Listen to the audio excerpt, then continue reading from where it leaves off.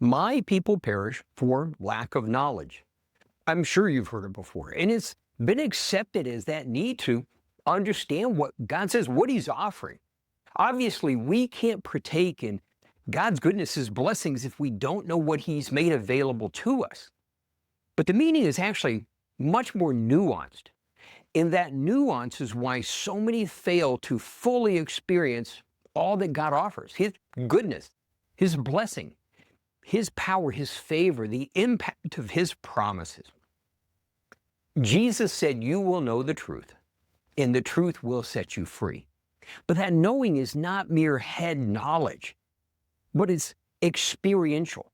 You will experience the truth, and the truth will set you free.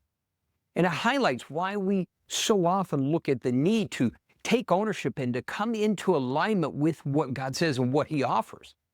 Remember, revelation is not mere comprehension, but revelation is not complete until it produces the results. And that ownership is the process of us taking what God has shown us and internalizing it. And the test of revelation is, does it automatically produce those results? So going back to, what is that nuanced understanding of my people perish for lack of knowledge? We're going to do this a little backwards, and you'll see why.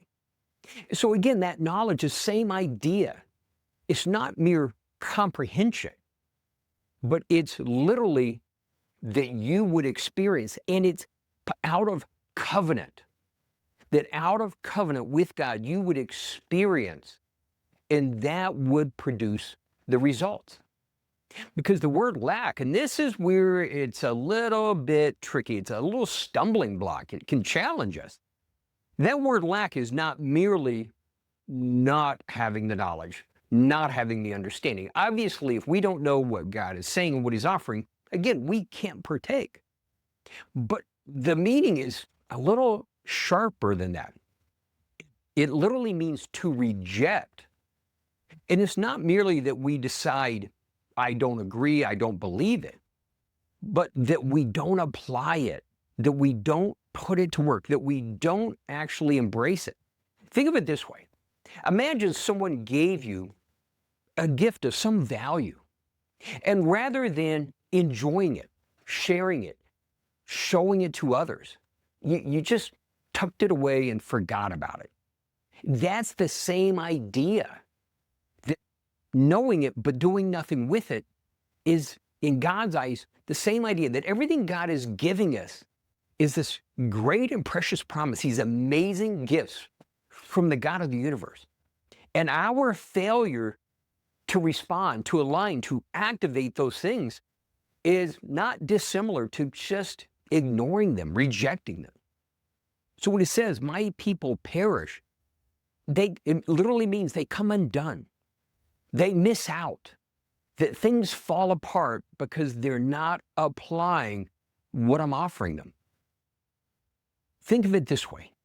Blessing is the idea of being tapped into God's power source, that we're tapped into His favor, His acceleration, that everything becomes easier. And curse is the opposite. It's being disconnected from God's power source. It makes everything so much harder. That it's the understanding that revelation then delegates responsibility, which then requires our response.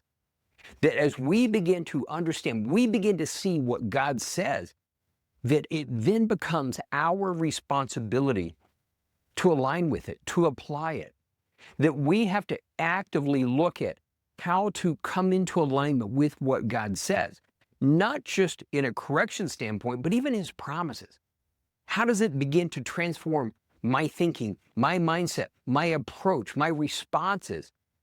And more importantly, how do I then begin to step out in faith based on that? Without alignment, we miss out on the impact that God intends in what He's offered. And that without that knowledge, without experiencing the truth, we're not completely free. So how do we then make that mental shift? that everything we recognize God offers, we don't just accept it as mental knowledge, that mental affirmation. We don't just gather information, but rather we see each one as that gift that God is giving us that has the power embedded in it to bring blessing, favor, acceleration, impact for us and the world around us.